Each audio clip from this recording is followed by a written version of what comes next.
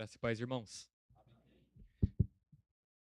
Meus queridos, abram comigo a Santa Escritura, Salmo 119, continuando a exposição do Salmo 119.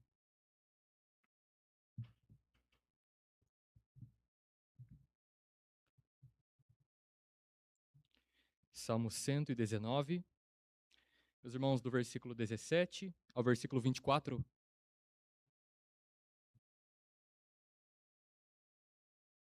Salmo 119, do verso 17 ao 24.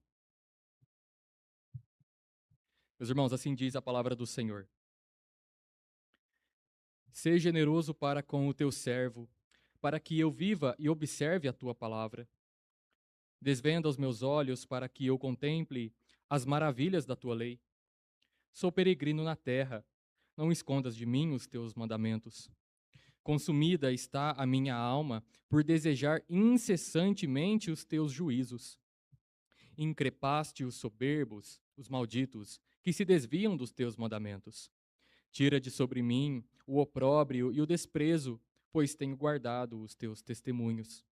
Assentaram-se príncipes e falaram contra mim, mas o teu servo considerou nos teus decretos.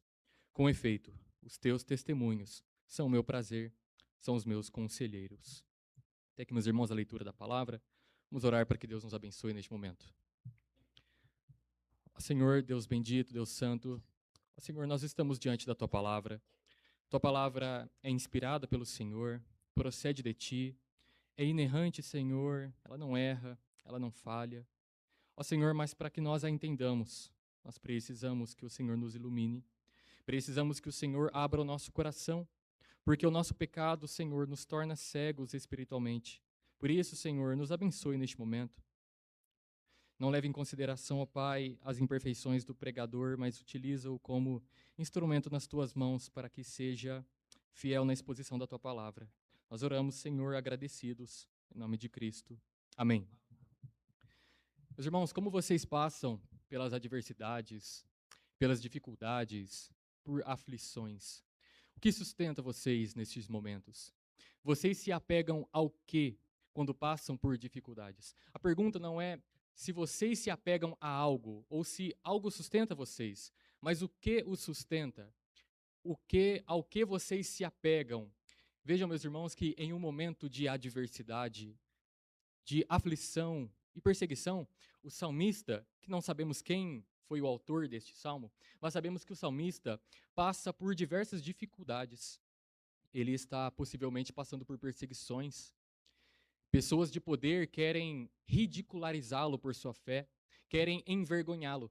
E o salmista encontra o sustento da sua vida nesses momentos difíceis na palavra do Senhor, na palavra de Deus.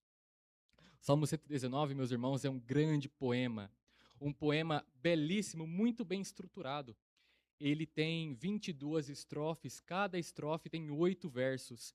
E essas estrofes, meus irmãos, que têm 8 versos, destacam uma letra do alfabeto hebraico. O alfabeto hebraico tem 22 letras e o salmo tem 22 estrofes.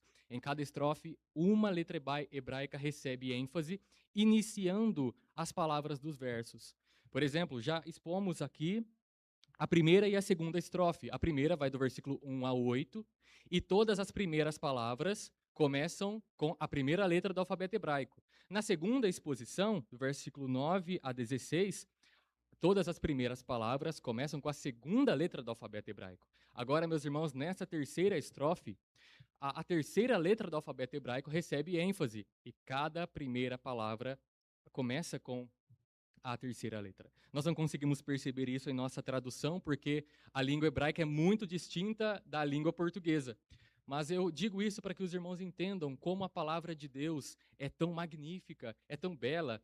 Deus inspirou um salmista para escrever este belíssimo, extenso salmo que exalta, meus irmãos, a palavra de Deus. A palavra de Deus é exaltada. Então, o tema central deste salmo é a palavra de Deus. O salmista encontra na palavra a sua alegria, a sua felicidade, ele encontra força, ele encontra vida, tudo isso na palavra de Deus, na palavra do Senhor.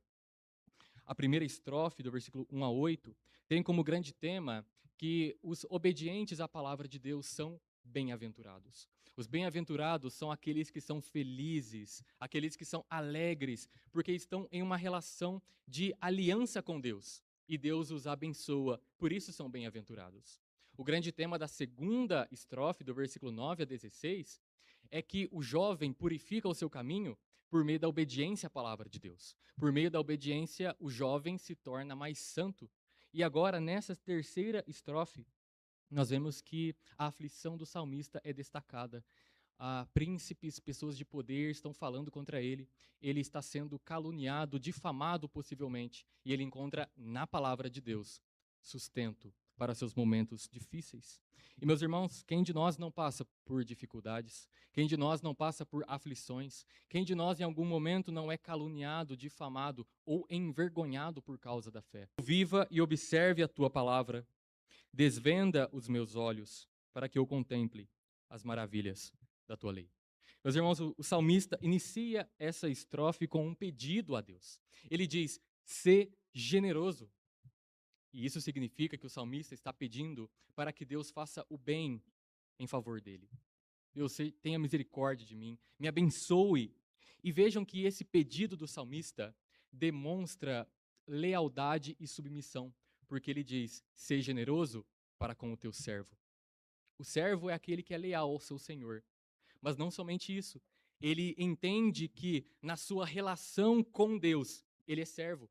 Ele sabe que Deus é o seu senhor, é o seu patrão, é o seu chefe, é o seu proprietário. E ele então ora: "Seja generoso, tenha misericórdia para com o teu servo".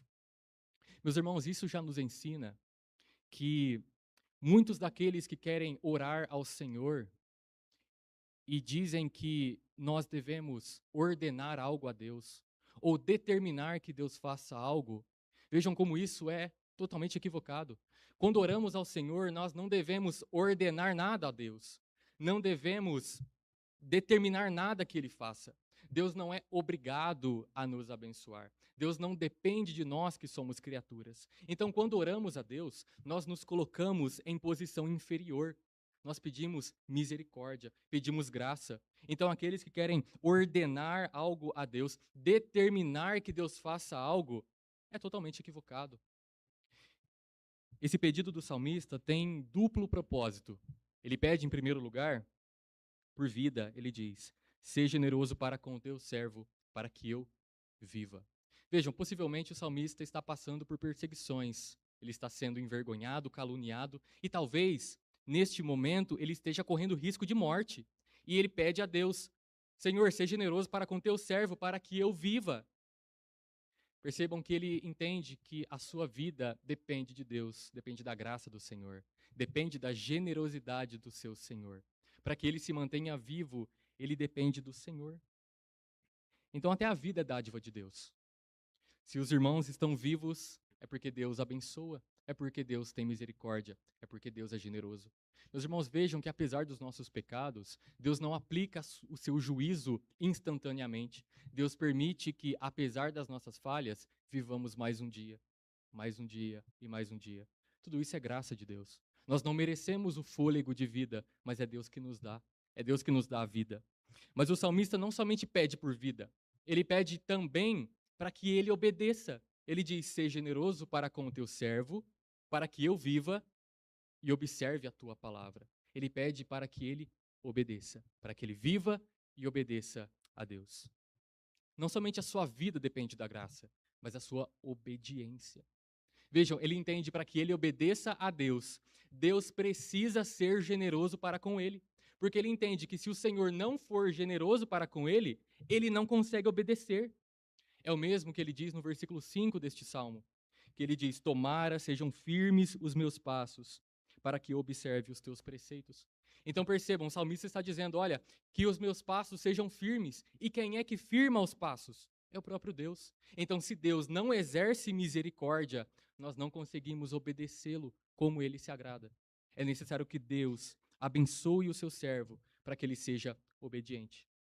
Meus irmãos, por causa do pecado, nós ficamos totalmente indispostos, incapazes, adversos a tudo bem e ficamos inclinados ao mal. Nós, por natureza, desejamos aquilo que é pecaminoso. Desejamos aquilo que é contrário a que Deus ordena em sua palavra.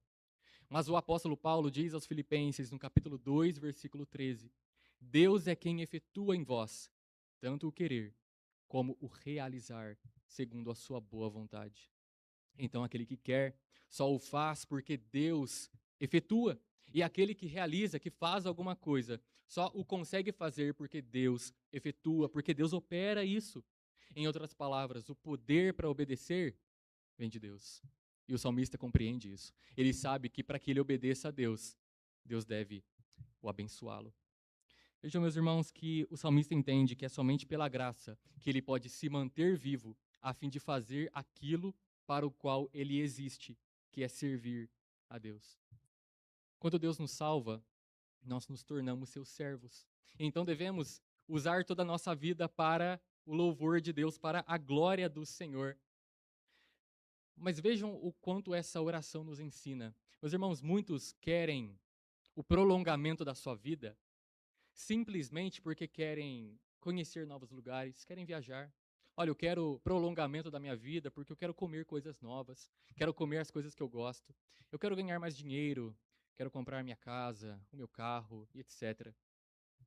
Talvez não pensemos que deveríamos pedir para que Deus nos dê uma vida prolongada a fim de que o obedeçamos. Poucos de nós pensam em pedir a Deus: Senhor, me abençoe com mais vida, a fim de que eu o sirva mais. Essa era a mentalidade do apóstolo Paulo. Ele diz aos Filipenses que ele queria partir e estar com Cristo, que é infinitamente melhor.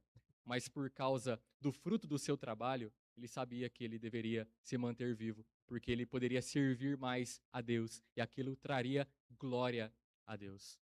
Então peça por isso. Peça para que Deus prolongue a sua vida na terra, mas para que você o sirva mais. O sirva mais.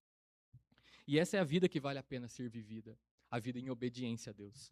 Toda vida, meus irmãos, longe de Deus, não pode ser chamada de vida. É somente existência, é somente morte, porque longe de Deus a morte, mas perto do Senhor a vida em abundância.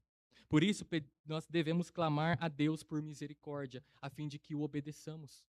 A nossa obediência, meus irmãos, é toda manchada pelo pecado. E se não pedirmos para que Deus tenha misericórdia de nós, não conseguiremos obedecer a Deus de modo agradável. Mas ele não somente pede por vida e por obediência. Vejam que no versículo 18, ele faz mais um pedido. E ele diz: desvenda os meus olhos para que eu contemple as maravilhas da tua lei. Esse pedido é muito semelhante ao que ele faz no versículo 12, que ele diz: bendito és tu, Senhor, ensina-me os teus preceitos. O salmista entende a sua incapacidade, tanto de aprender como de conseguir enxergar de modo espiritual. A figura que o salmista utiliza é de que os seus olhos estão vendados pelo pecado. E ele entende que ele mesmo não consegue se desvendar. E é por isso que ele pede: Senhor, desvenda os meus olhos, tira de sobre os meus olhos as vendas que eu tenho, para que eu consiga ver as maravilhas da tua palavra. Meus irmãos, aqui nós temos o que chamamos de doutrina da iluminação. Quando pedimos pela atuação de Deus em nossa vida, em nosso coração, em nossa mente, para que nós entendamos a palavra e que ela nos seja benéfica e que ela nos alimente, nos abençoe.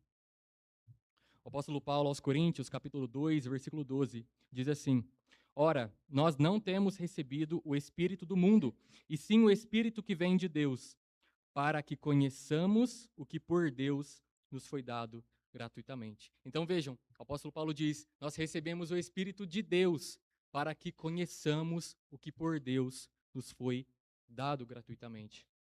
Outro texto, ele diz: ora, o homem natural não aceita as coisas do Espírito de Deus, porque eles são loucura, e não pode entendê-las, porque elas se discernem espiritualmente. O homem natural, ou seja, o não crente, ele não aceita as coisas do Espírito. Por quê?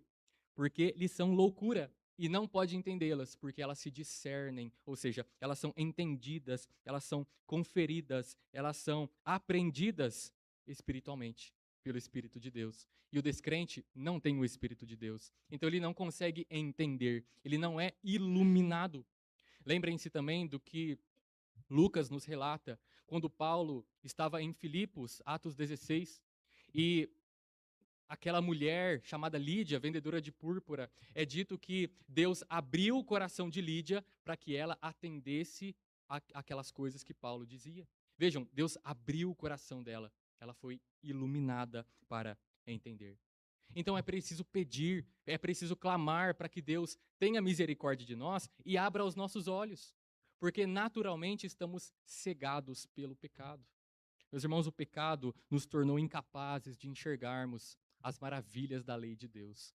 Há coisas maravilhosas na palavra de Deus. É um tesouro inesgotável. Passaremos a vida inteira estudando a palavra, meditando nela. E, meus irmãos, estaremos longe de esgotar as verdades profundas da lei de Deus. E vejam que coisa interessante, quando o salmista escreveu este salmo, nem metade da Bíblia havia sido escrita. E ele já considerava que havia maravilhas na palavra de Deus. Meus irmãos, quanto mais nós que já temos a Bíblia completa. O não crente lê a palavra e ele não consegue entendê-la, não faz sentido para ele. O descrente lê a palavra e é somente um exercício intelectual para ele, mas ele não é alimentado, nada faz sentido para ele, ele não é impactado pela palavra. Ele é como, meus irmãos, um homem cego que tenta olhar para o sol e ele não consegue entender. Por quê? Porque os seus olhos estão vendados pelo pecado. É por isso que é necessário pedir iluminação de Deus. Por isso você deve clamar por iluminação. Não somente na hora dos cultos, mas também quando você estiver sozinho em casa, lendo a Escritura, fazendo a sua devocional. Peça que Deus abra o seu coração para que aquela leitura não seja somente uma leitura, mas que seja um momento em que você recebe do próprio Deus a sua vontade, a sua palavra. Para que não seja somente um momento mecânico, para que você coloque a tarefa feita durante o dia, mas que seja um momento de comunhão, que você se aproxima de Deus e pede para que Ele abra o seu entendimento, a fim de que você receba a palavra. Porque há pessoas que leem a Bíblia e não ficam admirados com ela, maravilhados com a palavra, desejosos por aprendê-la, querendo mais, porque o problema é espiritual. O problema não é intelectual, é espiritual. Meus irmãos, quando o povo de Israel peregrinava no deserto, Deus havia feito sinais, maravilhas, muitos milagres ao povo de Deus no deserto. Mas o povo não compreendia. O povo permanecia com o coração duro.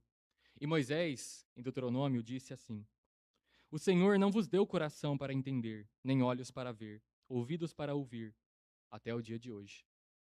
Porque o povo não entendia, mesmo vendo aquilo que Deus estava fazendo. Porque Deus não deu para eles coração para entender, nem olhos para ver, nem ouvidos para ouvir. Meus irmãos, vejam a necessidade que temos de pedir que Deus tenha misericórdia de nós. Se não estaremos diante da palavra dele, estaremos somente vendo palavras, conjuntos de frases. Nada fará sentido para nós. Leremos a palavra de Deus e será somente mais um livro. Não conseguiremos entender a profundidade, as maravilhas da palavra. Por isso, peçamos por iluminação de Deus. Há muitas maravilhas na Escritura, porém a maior delas é o próprio Cristo. A maior das maravilhas na Escritura é o próprio Deus encarnado, Cristo Jesus. E, meus irmãos, quando Paulo escreveu aos Colossenses, ele diz que em Cristo estão todos os tesouros da sabedoria e do conhecimento. Em Cristo estão ocultos todo o conhecimento, a sabedoria de Deus.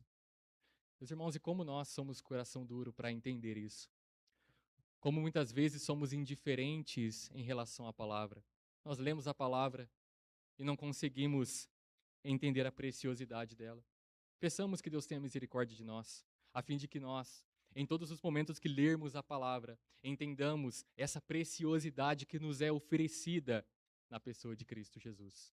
Então, essa é a primeira forma de sermos sustentados pela palavra de Deus na adversidade. Clame para que Deus, clame a Deus para ser iluminado e obedecer. Meus irmãos, em segundo lugar, deseje incessantemente a palavra em sua peregrinação. deseje incessantemente a palavra em sua peregrinação. Versículo 19 e 20 diz assim: Sou peregrino na terra, não escondas de mim os teus mandamentos. Consumida está a minha alma por desejar incessantemente os teus juízos. Agora o salmista faz uma afirmação. Ele diz: Eu sou peregrino na terra. Peregrino é quem pertence a outro local, é quem está de passagem. E o salmista entende muito bem, porque ele é um servo de Deus. E ele entende que ele não pertence a este mundo quebrado pelo pecado, ele não pertence a esse sistema mundano. E os salmos apresentam muitas vezes que os servos de Deus são peregrinos nessa terra. Tanto é que nós temos uma coleção de 15 salmos chamados de salmos de romagem ou salmos de peregrinação. A ideia é que o povo de Deus está peregrinando até o local onde Deus habita. E nós, meus irmãos, também estamos em uma grande peregrinação em nossa vida. Todo crente, então, é um peregrino que não pertence a este mundo. Vejam o que o apóstolo Pedro diz na sua primeira carta, capítulo 2, versículo 11. Amados, exorto-vos como peregrinos e forasteiros que sois, a vos absterdes das paixões carnais. Ele diz, olha, vocês são peregrinos, não pertencem a este mundo, por isso vocês devem se abster das paixões carnais. O autor aos Hebreus também diz algo semelhante, capítulo 13, versículo 14. Na verdade, não temos aqui cidade permanente, mas buscamos a que há de vir. Não temos cidade permanente aqui, mas buscamos a que há de vir. Isto é, a nossa pátria é outra, é celestial. E, meus irmãos, quando nós nos reconhecemos como peregrinos, a nossa vida inteira nesta terra muda. Reconhecer-se como peregrino redireciona as nossas prioridades. Nós sabemos que, já que não somos deste mundo, devemos perseguir, buscar aquilo que é eterno. O próprio Cristo diz: buscai, pois, em primeiro lugar, o reino de Deus e a sua justiça. Em primeiro lugar, o seu reino e a sua justiça. Nós pertencemos ao reino de Deus. Nós pertencemos àquilo que é eterno. Logo, a nossa vida não é uma vida de busca pelo dinheiro, pela fama, popularidade ou coisas que o mundo oferece. Na verdade, meus irmãos, a nossa busca é pelo reino de Deus. É por aquilo que Deus tem para nós na eternidade. Também, quando nós nos reconhecemos como peregrinos, as nossas perspectivas mudam completamente. Nós entendemos que Deus governa todo o mundo, que nós estamos debaixo da sua providência, que Ele conduz toda a história e que nós, como servos de Deus, devemos viver para a glória dEle. Paulo diz, fazei tudo para a glória de Deus, tudo para a glória do Senhor. Então o salmista entende que ele é um peregrino e ele faz um pedido. Não escondas de mim os teus mandamentos. Um peregrino precisa de direção, precisa de direcionamento. E o salmista entende que ele é um peregrino, que ele não está na sua casa, no seu lar. Então ele pede, Senhor, não escondas de mim os teus mandamentos. E esse pedido do versículo 19 é a versão negativa do versículo 18, que ele diz, desvenda os meus olhos para que eu contemple as maravilhas da tua lei. Então, se Deus não desvendar os olhos do salmista, o salmista não consegue encontrar a lei de Deus, não consegue encontrar os mandamentos de Deus. E as leis permanecerão escondidas. Então a ideia é que ele quer uma direção para a sua vida, porque ele é um peregrino. E, meus irmãos, Deus é o melhor guia que nós poderíamos ter. Porque Deus é o autor de toda a história. Ele é o criador de toda a terra. Quem é mais sábio do que Deus? Ninguém. Deus não erra. E a sua palavra é expressão da sua infinita sabedoria. Então, meus irmãos, quando nós seguimos a palavra de Deus, nós podemos ter a certeza de que é a verdade do Senhor. É a sabedoria de Deus. Nós podemos colocar toda a nossa confiança, porque é a palavra de Deus. O homem, meus irmãos, pelo seu pecado, não tem capacidade de compreender as coisas por si mesmo, de entender as coisas por si mesmo. Então ele precisa de alguém que o direcione. E essa pessoa é o próprio Deus. Como nós deveremos agradar a Deus? A palavra ensina. Como nos relacionar com o próximo? A palavra ensina, a palavra nos direciona.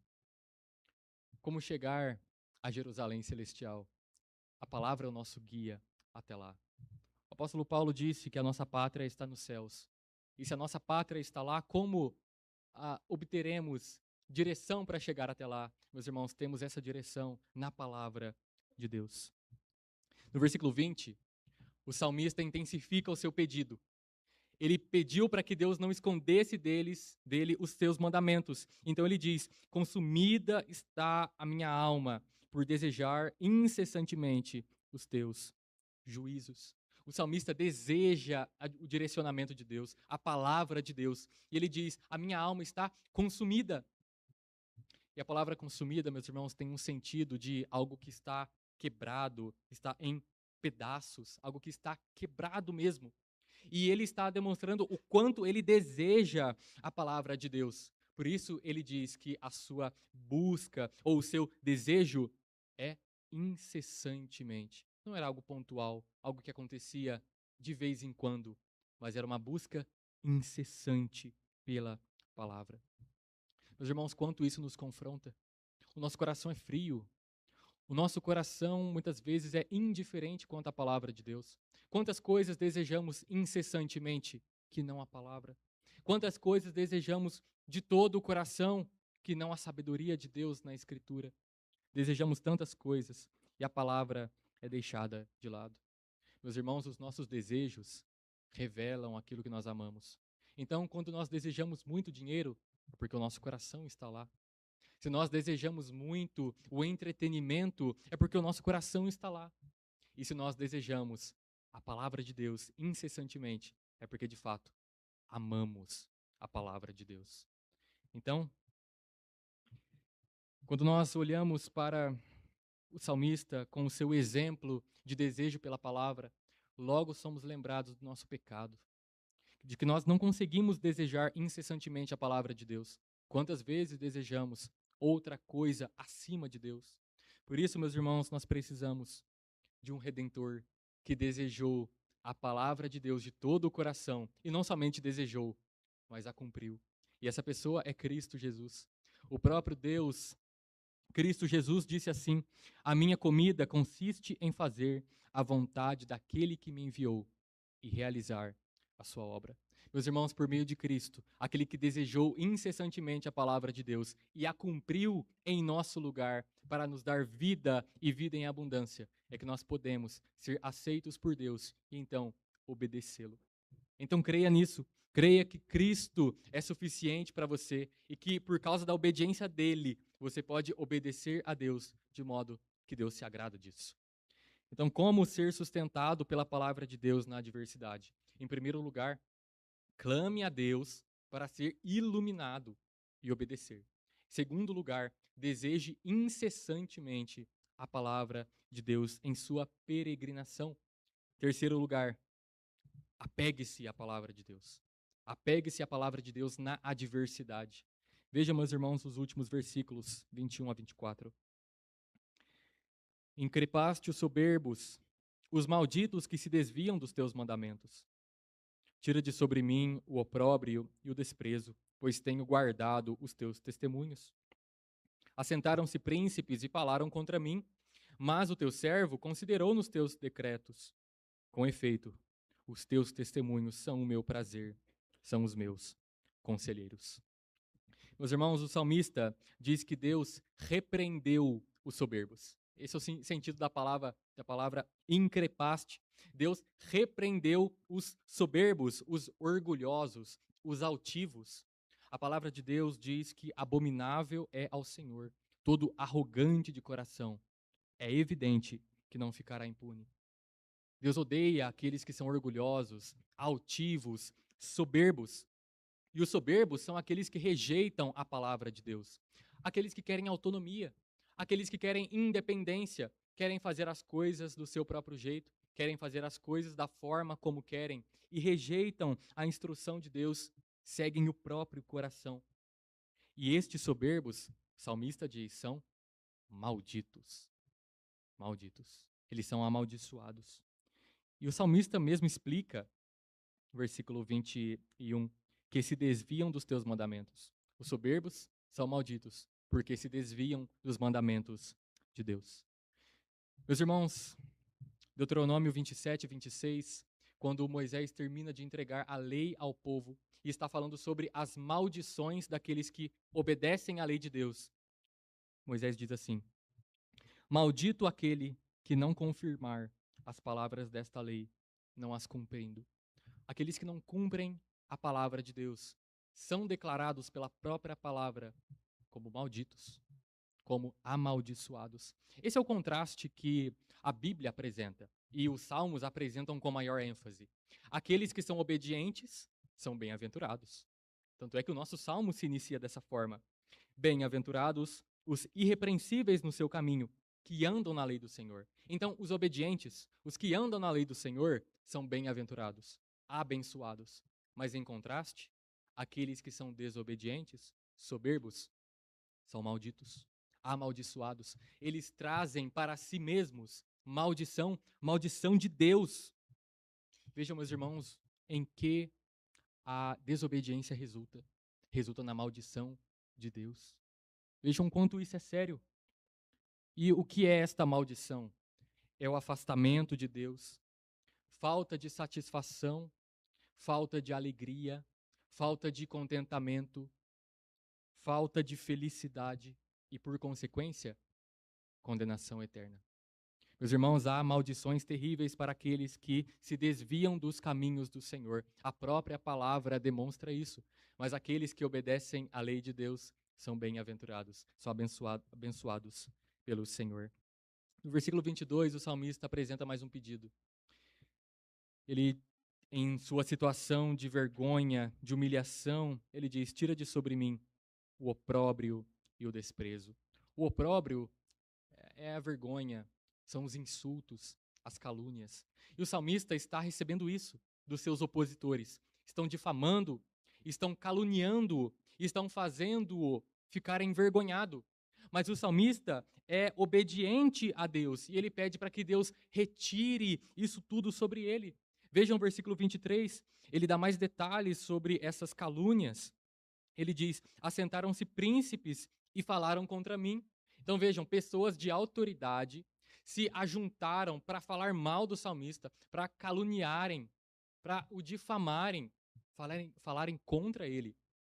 Mas ele diz: mas o teu servo considerou os teus mandamentos, os teus decretos. A palavra considerar aqui tem um sentido de meditar. Então, pensem nessa situação, meus irmãos, um homem diante de muitas autoridades, sendo caluniado, difamado, e o servo passando com muita tranquilidade, porque ele considera a palavra de Deus, porque ele tem a palavra como seu sustento. Ele sabe que ele é inocente de tudo o que estão falando, mas ele encontra força não em si mesmo, mas na palavra de Deus. Então, mesmo na adversidade, a palavra era o sustento do salmista, mesmo diante de perseguição, de vergonha. Meus irmãos, no Brasil nós não temos uma perseguição física estabelecida, mas de fato temos certos tipos de perseguição ideológica. O cristianismo é visto, como muitos, como uma ameaça à liberdade, como uma ameaça aos prazeres, como uma ameaça às formas de amor e etc. Então nós somos taxados de retrógrados, pessoas sem inteligência, somos colocados de escanteio porque nós não podemos expressar as nossas opiniões ou a verdade de Deus. Então vejam, existe uma certa forma de perseguição ideológica. Os ímpios zombam de muitos cristãos, porque os cristãos, eles não recorrem à mentira, eles tentam abandonar todo tipo de forma ilícita para resolver uma determinada situação, eles fogem da fraude e etc. E os não crentes, muitos zombam desses cristãos fiéis, dizendo que são retrógrados, dizendo que não sabem aproveitar a vida. Meus irmãos, e como nós lidamos com tudo isso? Como nós lidamos com a vergonha, com a zombaria, com a difamação, com as calúnias? Por meio da palavra de Deus. Nós nos apegamos à palavra. Nós consideramos o que a palavra diz sobre quem nós somos, sobre quem Deus é, sobre o destino dos ímpios. Nós meditamos na palavra de Deus, porque nela é que encontramos a força, meus irmãos, para sermos sustentados em momentos difíceis, em momentos de dificuldade. O salmo, meus irmãos, a terceira estrofe termina com o salmista afirmando: com efeito, os teus testemunhos são meu prazer, são os meus conselheiros. Apesar da sua situação de vergonha, de humilhação, aflição, o salmista tem muito prazer na lei de Deus. A palavra do Senhor é o que lhe dá alegria nesses momentos. Mas não somente isso, a palavra de Deus também é a conselheira do salmista. Nesses momentos difíceis, ele olha para a palavra, o que a palavra me diz, o que a palavra me ensina, o que a palavra me diz que eu devo fazer. Meus irmãos, nós podemos confiar totalmente na palavra de Deus, porque ela é inspirada por Deus. É o que Paulo diz a Timóteo: toda a escritura é inspirada por Deus. E o sentido da palavra inspirado ali tem o sentido de algo que é soprado da boca de alguém. Ela é soprada pela boca do próprio Deus. Então, a palavra de Deus é palavra da boca do próprio Deus. E por ser palavra de Deus, ela é inerrante e infalível. Não pode errar e não pode falhar. É por isso que ela é uma conselheira totalmente fiel, totalmente fiel. Por isso não devemos buscar conselhos, maneiras sobre como viver no mundo. Meus irmãos, nós temos que nos atentar para o que a palavra nos diz. O mundo proporciona diversos conselhos sobre como você deve reger o seu casamento, sobre como você deve trabalhar, sobre como você deve criar os seus filhos, sobre como você deve se relacionar com o seu próximo, com a sua família. Mas não devemos nos atentar para o que o mundo diz. Devemos nos atentar para o que Deus diz na sua palavra, para o que Deus nos ensina nela.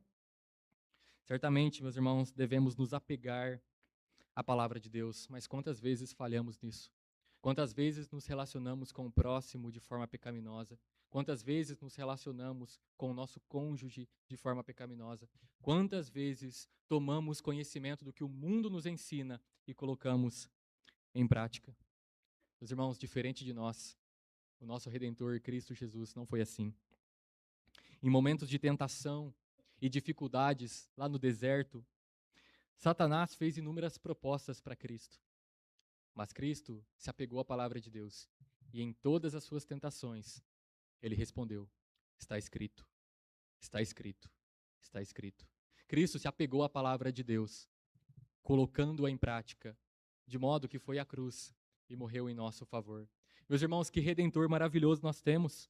Redentor que pode nos salvar apesar das nossas falhas, apesar de nós não nos apegarmos totalmente à palavra de Deus. Cristo é suficiente para nos salvar. Cristo nos salva por completo. Meus irmãos, eu quero concluir lembrando vocês como ser sustentado pela palavra de Deus na adversidade. Em primeiro lugar, clame a Deus para ser iluminado, para que você entenda a palavra e a palavra o alimente, mas não somente isso, e obedecer a palavra de Deus. Precisamos da graça de Deus para entendê-la e para obedecê-la. Em segundo lugar, deseje incessantemente a palavra de Deus em sua peregrinação. Meus irmãos, somos todos peregrinos nessa terra e precisamos da palavra como nosso guia e direcionamento. Em terceiro lugar, apegue-se à palavra de Deus na adversidade. Apesar das dificuldades, aflições da vida cristã, você tem algo que traz a você alegria, regozijo, conselhos perfeitos, que é a palavra de Deus. Meus irmãos, certamente nós sofreremos por causa da nossa fé. O apóstolo Paulo escreveu a Timóteo dizendo: todos quantos querem viver piedosamente em Cristo Jesus serão perseguidos. E eu reitero, no Brasil não temos uma perseguição física estabelecida ainda, mas certamente, meus irmãos, há uma certa perseguição ideológica. Somos colocados de lado, muitos nos desrespeitam por sermos cristãos, buscam nos envergonhar. E como lidamos com tudo isso? Com a palavra de Deus. O próprio Cristo disse: no mundo passais por aflições. Mas ele não termina por aí. Ele diz: mas tem de bom ânimo, eu venci o mundo. Meus irmãos, a nossa confiança não está em nós mesmos, está no nosso Deus, no nosso Senhor. Então, em momentos de adversidade, aflição, saiba que a palavra é o nosso sustento. Meus irmãos, que Deus nos abençoe e que nos ajude a colocar nossa confiança na palavra do Senhor. Amém.